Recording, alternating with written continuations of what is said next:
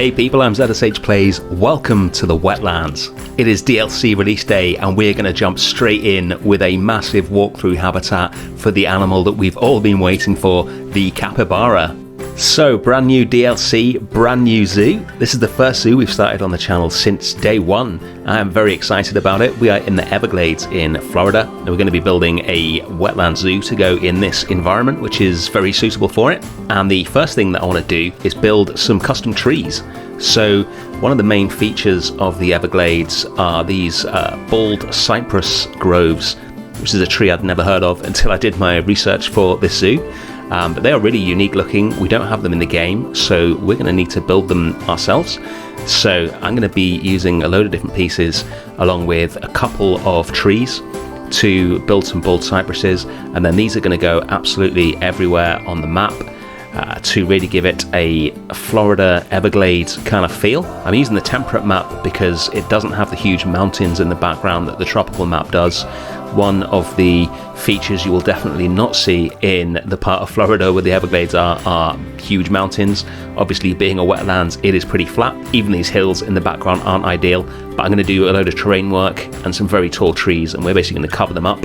So when you are down here at guest level, which we're going to explore in future episodes with the new guest cam that we're getting, you're going to feel like you are in the Everglades and not in the English countryside like the map would suggest. So these trees are going to go absolutely everywhere, and then we're going to get into the capybara habitat. So let's talk about the concept for the zoo. So this is the first time I've made a DLC zoo. As soon as I saw that we were getting a biome pack and it was a wetlands pack, I was just super inspired to start a new zoo rather than just pick one of the new animals and put it into my normal zoo like I would normally do. I just loved the concept and I thought we could get a really unique zoo setting it in the wetlands. So this is set in the Everglades in Florida, like I say, and the concept is that a consortium or a group or a society or whatever has bought a massive area of the Everglades in order to protect it. So much of the Everglades have no protection whatsoever and they are suffering pretty badly. So in order to finance protecting this enormous area, they've taken a small area of it and turned it into a zoo. That's my concept anyway. I've already built this habitat, another habitat for one of our new animals that I am really excited about. It's probably my favourite new animal in the pack, which will be coming up very soon, possibly even today. And I've built the entrance as well. We're going to take a look at the entrance a little bit later because I wanted to dive straight into one of the new animals. So I think in episode 3 we're going to take a look at the huge entrance area that I've built. But yeah, I've been pretty busy for the past 2 weeks getting all this done. I'm really happy with how it's turning out. So this is where the capybara are going to live. They're going to have 2 big pools to swim around in. We have 2 paths running between them for the guests with this natural sort of wood chip effect. Just making a little sign to tell the guests what they really should already know. Going to be doing some custom curbs on the path because the in-game ones are a bit too big for my liking. This took a long time. Curved paths and your own curbs are always a bit of a nightmare to do, but it's worth it, I think, to make it look exactly the way that I wanted it to look. And it's going to be a really, really big habitat. I found in my research that capybara live in groups of up to 20, including the babies, which is pretty huge. So we're going to have a big old group of them in here. So I want loads of room for them and loads of room for the guests to walk around in and really enjoy this beautiful area. They're going to need quite a big shelter as well. Obviously the weather's pretty clement in the Everglades, but they have storms and all sorts there as well as it being nice and warm. So they're going to need a big shelter, and I'm going to be going way out of my comfort zone with some of the builds in this zoo. If you see my channel, you know that 20th century modernism is my favourite architectural style to build in. Not really appropriate in a zoo like this. So we're going to have some properly modern builds, and we're going to also have some much more rustic builds like this. This is based on a flamingo shelter in Gatorland in Florida, and it's going to be built out of painted wood. As you can see, we're going to have actual designs painted on it, all sorts of colours. This is going to look very different to what I normally build, and it's been a lot of fun working out how to build this. I should give a big shout out as well to my good friend Beezy, who I leaned on quite heavily with some advice on this build when I wasn't quite happy with how it was looking. He gave me some great advice, which you will see in the final build in the cinematics at the end. Let's talk a bit about the plans for the zoo itself then.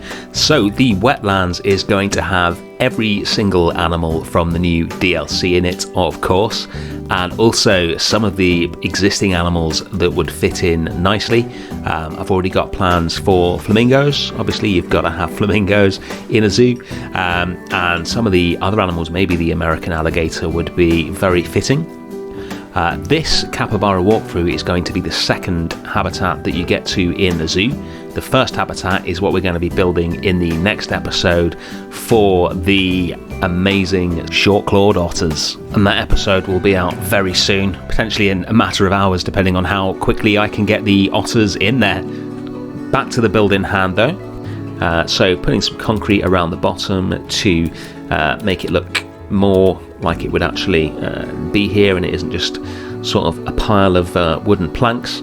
The building I was basing it on, the planks were vertical like this, and I just wasn't happy with the final look. When I looked at the picture again, I realised it was basically just a facade. They just put a load of wood up against what I think is like a concrete shelter. So having looked at that and having spoken to Beezy about it, in the end we put the planks around the other way so they're horizontal as you would expect, and then we're going to put some actual like painted graphics onto it as well, using some of the in-game signs, layering them on top of each other to get different colours in, so it looks more like it's been painted on. If you just rotate one of the pieces slightly behind the other, you get a two-tone effect. We're going to put a sign on using one of the wonderful Rice's fonts. This is a brilliant font. I really wanted to use this in Tecton Zoo, my main zoo, but it just didn't fit the aesthetic there. So it's been really good to be able to use it in this zoo. I think it fits in perfectly for this more sort of Americana kind of feel that we've got going on. This little feeder on the front of it was made by Zoof. This is off the workshop. I love this piece. I think I've used it before, and you know, when you find something as perfect as this, there's little point in spending hours and hours trying to make it yourself when somebody's already done it. So that goes on there, and then some of these recolored flowers on the floor, like some of the food for the capybara has fallen down there, which is just a nice little detail. I love little touches like that. I think it really brings things to life. If you just shade all the different colours in the flowers to roughly the same shade of brown or green, I guess you could use, you get that sort of fallen leaves or just detritus look. Just putting a load of plants in around there to set it into the landscape, and then we'll start doing a lot of work on the actual habitat itself. It's going to take a whole lot of dring grass and periwinkle leaves and things like that to get it looking good. And I also wanted to make another tree as well. This is, I think, a different type of cypress that you find in Florida, and I just love these.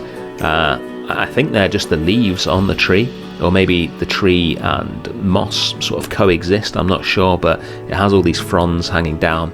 So again, I've used a couple of different trees and a whole load of the Spanish moss and a few other bits and pieces to replicate the tree in the reference photo that I was looking at, just so that we get a sort of richer look to the backdrop.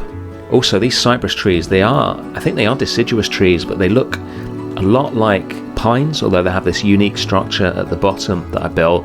And I was worried, obviously because we don't have them in the game and I am actually using pine trees, that it wouldn't look sort of tropical enough with that Florida vibe. So I wanted a different type of tree in there as well. And then we mix in a lot of other trees that they do have in Florida or closely related, custard apples, mangrove apples and things like that. And then we're going to put some guest gates in and some fences so that the guests can actually walk through this exhibit.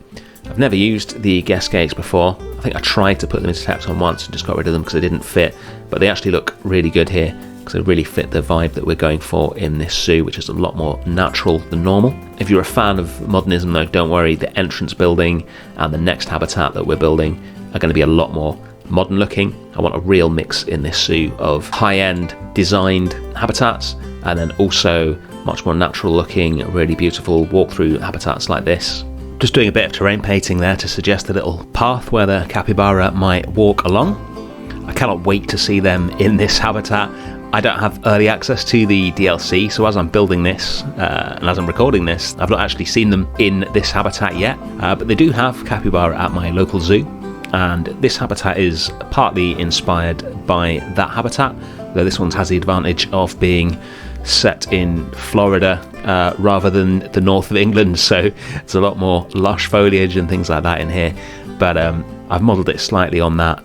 That habitat actually has loads of different South American species in it. They've got the Guti and Mara and a few little monkeys as well. It'd be great to have a sort of mixed species habitat here one day as well.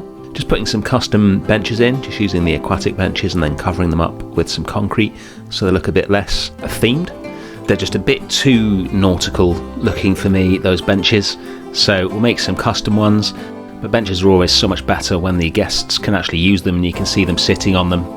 And now we're going to put the horizontal wooden planks over the top of this building, which is what really brings it a sense of realism, which I thought it was missing before. I think this looks really good now when it's done, so thanks to Beezy for pointing that out. I also did some work on the inside of the habitat, making all the pieces on the inside slightly darker than the pieces on the outside to make it look a bit more natural, because sometimes the lighting engine in this game is kind of weird when it comes to indoors. Things indoors with no windows are just as bright as they are outside, which looks a bit weird, so did a bit of work there to make that look more natural. It's weird, this building, it's one of those builds where while you're building it, it just doesn't quite look right and you're not quite sure what's wrong with it. It's nearly there but not quite, and then when it's finished suddenly it looks really good and you're really happy with it. A bit disconcerting when you're building it, but it's always good when that happens and you're really happy with what's there at the end. I've just made the door a bit more obvious as well. And then the final thing that we're going to do is build some little huts for the capybara to put around the habitat, so they've got places to get away from the guests when they want a bit of privacy, maybe somewhere to have a little snooze. They do seem to spend a lot of their time just chilling out from what I've seen of them. They're not the most active of animals, although when they are active they are very cool to watch, especially being semi-aquatic. So I've just put a few of these around, and then I'm going to use one and modify it as the sort of main sign for the habitat, which is going to be in the central area. So it's one of the first things that the guests see when they come in, and really just sets the scene and gives the habitat its name. If you watch my channel, you know I like to have a name for my habitats, normally something quite cheesy and alliterative. I don't know why I like that so much, but I do. So we're going to have Capybara Country here, which I think is a lovely name for this habitat. And then I'm just going to make a few tweaks to these planks, because I decided that the weird sort of up and down height thing that I was going for wasn't really working for me. So I decided to make all the planks twice as thick and all the same height. I'll just go for a much simpler build there. Obviously we'll cover it in decals to age it, and that is the build pretty much done. So I'm going to go and get me some capybara and add them into the habitat, make any improvements that are required, add in all their enrichment items, shoot the cinematics, and finish this video.